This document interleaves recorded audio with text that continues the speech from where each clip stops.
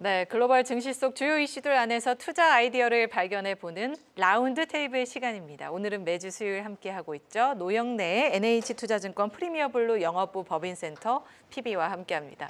어서 오세요. 안녕하세요. 오늘 네. 이 매주 수요일마다 우리 시청자님들께서 너무나도 기다리고 있습니다. 이제 오늘은 또 네. 어느 국가로 기업 탐방을 떠나시는지 네. 기대가 되는데요. 어디로 네. 가시나요? 오늘은 조금 이제 따뜻한, 겨울이 이제 다가오고 있잖아요. 그러면은 찬바람 불면은 떠오르는 나라는 아무래도 따뜻한 남쪽에 동남아가 떠오르지 않습니까? 이미 계획하고 계신 거죠? 탐방을 가볼까요? 네, 좋습니다. 제가 이제 앞서 앵커 브리핑에서 다뤘던 내용을 먼저 한번 여쭤보고 싶은데요. 최근에 이제 필리핀에서 부패 위기가 불거지면서 달러 대비해서는 워낙 아시아 국가의 환율들이 다 그렇습니다만 페소화가 이제 사상 최저 수준으로 떨어졌습니다. 이렇게 정치적인 리스크가 커진 필리핀에서 향후 네. 이제 아시아 증시나 경제에 또 미칠 수 있는 영향들 어떤 것들이 있을까요? 네, 필리핀만 놓고 본다면은 일단 지금 현 그 봉봉 마르코스 봉봉 대통령 그 지지율이 굉장히 좀 낮아지고 있고 지금 반부패 시위가 굉장히 좀 이어지고 있는 상황입니다. 그래서 그 브리핑을 해주셨던 것처럼 아무래도 뭐랄까요? 좀 비일비재합니다. 전반적으로 동남아시아 분들이, 그러니까 관료들이 한 해 예산이 책정되면은 뭔가 유령 회사 같은 거 하나 만들어가지고 내가 도로 깔고 인프라 깔고 어디 그렇게 해서 배정된 사업이 어디로 좀 도망가요. 네, 그러면은 그거에 대해서 그 위에 관료들이나 아니면 정치인들이 원래 그냥 냠냠했구나 이런 것들이 비일비재하거든요. 이번에도 비슷한 스캔들이 9월부터 좀 불거지면서 본격적으로 불거지면서 지금까지 이어지고 있는 상황인데 뭔가 약간 필리핀은 인도네시아에서 처음 발생한 그 여파가 젠지가 이끄는 그런 시위들이 조금 확산되면서 필리핀까지 번진 모습인데 인도네시아와 다른 점은 인도네시아의 시위대가 뭔가 이렇게 분노의 대상은 국회의원이지 대통령은 아니었거든요. 근데 필리핀 같은 경우는 대통령이란 말이에요. 그러니까 이게 조금 더 정치 리스크가 좀 더 커요, 필리핀의 경우. 그러니까 페소와 환율도 좀 불안한 거겠죠. 네.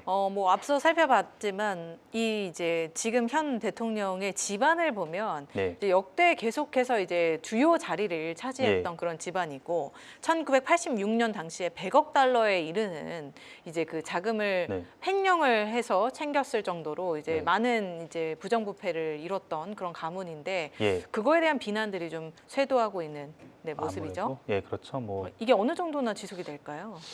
근데 이제 이렇게 시민들이 시위를 한다고 해서 우리나라처럼 이제 정권을 교체한다라는 이슈까지 부상이 될 수 있는 건가요?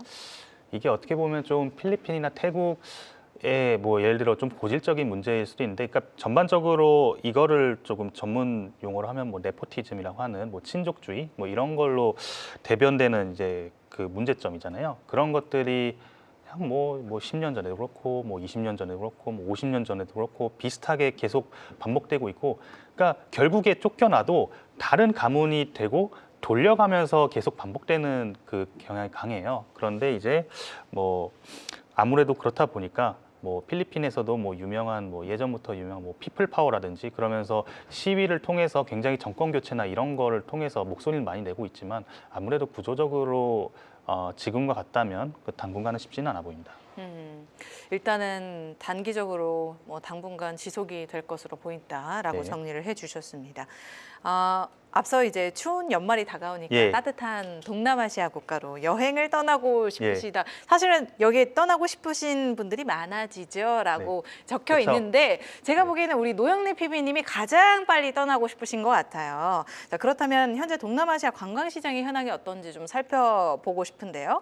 사실은 이제 한국에서는 좀 이 인식이 안 좋아진 계기가 있었습니다. 근데 이제 관광 회복 속도가 다른 주요 국가들도 이제 모두 여행을 하고 있기 때문에 이제 이 속도가 어떤지 그리고 주요 키워드들 어떤 것들이 떠오르는지 한번 살펴볼게요. 그렇죠. 아무래도 캄보디아 사태로 인해서 우리나라의 이제 동남아 관광 수요가 이전에 좀 고비용으로 조금 주목받지 못했던 괌이나 사이판이나 다른 하와이나 이쪽으로 조금 돌아가고 있는 상황이긴 해요, 우리나라에서는. 그런데 어쨌든 간에 결국에 캄보디아에서 이제 베트남이나 뭐 인근 그 태국이나 인근 국가까지 약간 좀 그 노 동남아 이런 운동이 조금 확산되고 있었지만 뭐 다른 전반적으로 글로벌리 놓고 본다면 특히 중국의 그 아웃바운드 관광객을 본다면은 좀 경기 좀 어느 정도 좀 회복이 되고 그러면서 동남아로 많이 가거든요. 네, 그리고 이 그 동남아로 이제 그 회복을 관광 시장이 회복되는 거는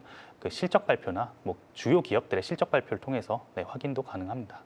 그러면 이제 사실 이렇게 성장하는 동남아시아 관광 시장에 투자를 좀 해봐야겠다 생각이 예. 들 수 있을 것 같은데 예. 이제 어떤 기업들이 있는지를 잘 모르잖아요. 그래서 그렇죠. 어떤 기업들을 살펴봐야 되는지 하나씩 소개를 해주시면 좋을 것 같네요. 예, 사실 동남아의 뭐 대형 리조트나 뭐 그런 기업들은 뭐 말레이시아 증시나 싱가포르 증시에 굉장히 좀 많이 상장돼 있어요. 아니면 홍콩이라든지 뭐 예를 들어 뭐 겐팅이라든지 뭐 싱가포르에는 뭐 만다린 오리엔탈 뭐 이런 호텔 체인들이나 뭐 샹그릴라 뭐 이런 거는 중국 뭐 이런 시장에 상장이 많이 돼 있잖아요. 그런데 이거 외에 그 뭔가 우리나라 그 사람들에게 익숙하면서 미국 시장에서 좀 접근 가능한 주식을 하나 들고 왔어요. 두 개지만 일단 하나를 먼저 소개를 드리자면 티커는 LVS라고 하는 라스베가스 샌즈라는 기업입니다.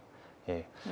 예. 라스베이거스 샌즈 그러게요. 예. 미국에 상장되어 있는 기업이죠. 예, 그렇죠. 그 이름도 보면은 이제 무슨 라스베이거스인데 이게 그렇죠. 무슨 아시아야 말도 안 되는 소리 하지 마 이럴 소리인데 제 말을 끝까지 들어보시면은 네, 그 코로나 팬데믹 이후에 미국에 있는 자산을 다 팔아버렸어요. 네, 그래서 2022년도 다 싹 다 정리를 하고 지금 남아 있는 포트폴리오가 보면은 하나는 마카오에 있고 다른 하나는 싱가포르에 있습니다. 거의 뭐 마카오의 뭐 매출액 비중만 보면 6대4 정도 마카오가 6, 싱가포르이 4 이렇게 보이는데 그 샌즈라는 이름에서 혹시 조금 힌트를 얻으실 수도 있을 것 같아요.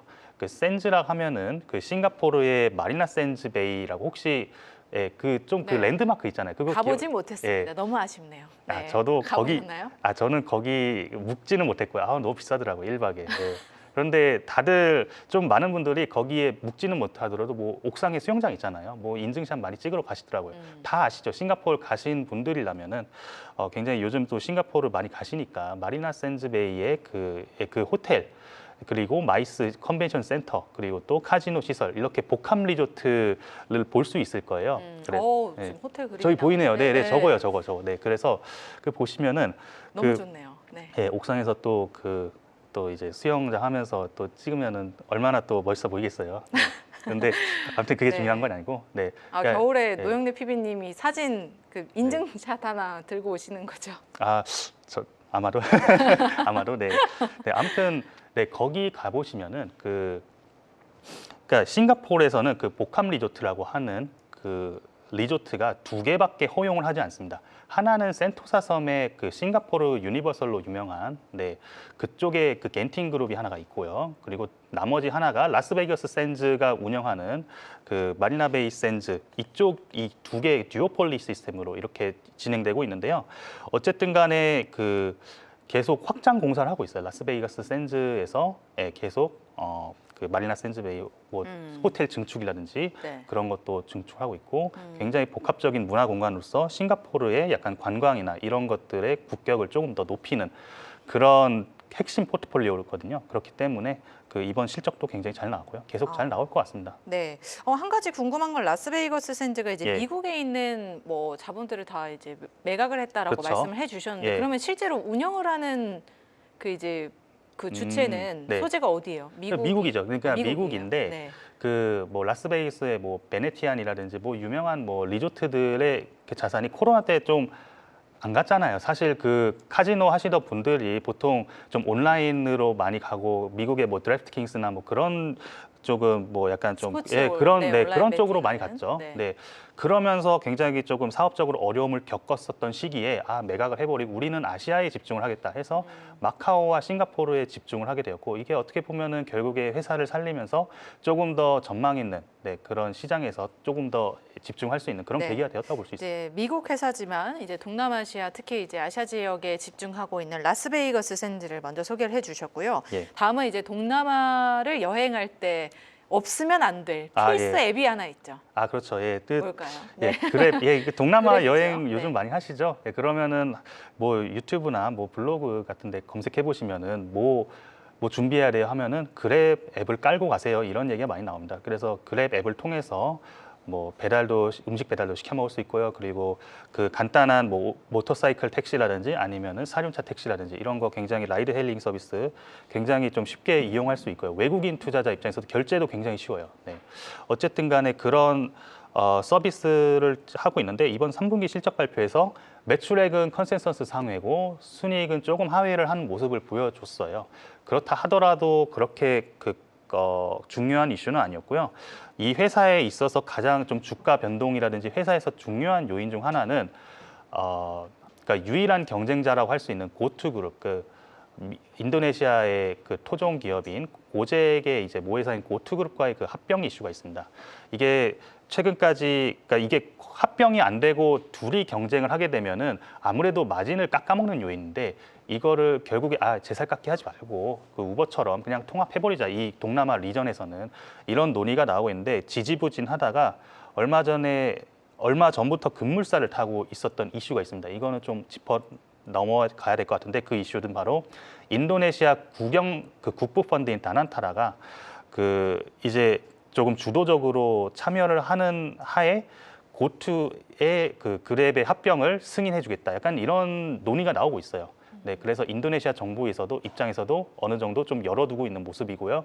향후에 그렇기 때문에 그랩이나 이런 쪽에서도 좀 고투와의 합병 이슈가 어떻게 진행될지 이거를 계속 지켜보면서 보시면 좋을 것 같습니다. 네, 일단 뭐 그랩이 워낙 많은 이제 서비스 사업을 하고 있는데 뭐 배달, 라이드, 결제까지 모두 그렇죠. 이제 올인원으로 가능하게 하는 어플인데 뭐 사실은 그런 얘기도 있었습니다. 그랩의 동남아시아 시장을 워낙 이제 막강하게 점유를 하고 있다 보니까 다른 이제 외국 경쟁사들이 동남아시아 시장에 들어갔을 때 자리 잡기가 좀 어렵다는 얘기도 있더라고요. 그렇죠. 근데 이제 오투그룹과의 합병까지 되면 이제는 거의 시장의 포식자가 되지 않을까 이런 생각도 드네요. 그렇죠. 이제 고투가 그러니까 인도네시아 토종 기업이고 지금 다른 나라에서는 거의 그랩에게 밀리는 상황인데 그런 라이드 헤일링 업체들 중에서는 고투가 가장 유력한 경쟁자고요. 그 고투가 그랩에 합병이 된다 하면은 인도네시아에서 이제 그랩의 그 점유율은 90% 넘게 됩니다. 네, 압도적이죠. 네, 오늘 그래서 이제 라스베이거스 샌즈와 그랩을 소개해 주셨는데요. 여러분들 이제 연말이 다가오면서 아마 여행을 계획하신 분들이 많이 계실 것 같습니다. 우리 노영래 PB님께서 여행 가시기 전에 저희에게 투자 전략을 이렇게 또 알차게 세워주셨으니까 오늘 내용 잘 참고하셔서 투자 전략 세워보시길 바라겠습니다. 자, 오늘 이야기는 여기까지 하겠습니다. 오늘 말씀 고맙습니다. 감사합니다.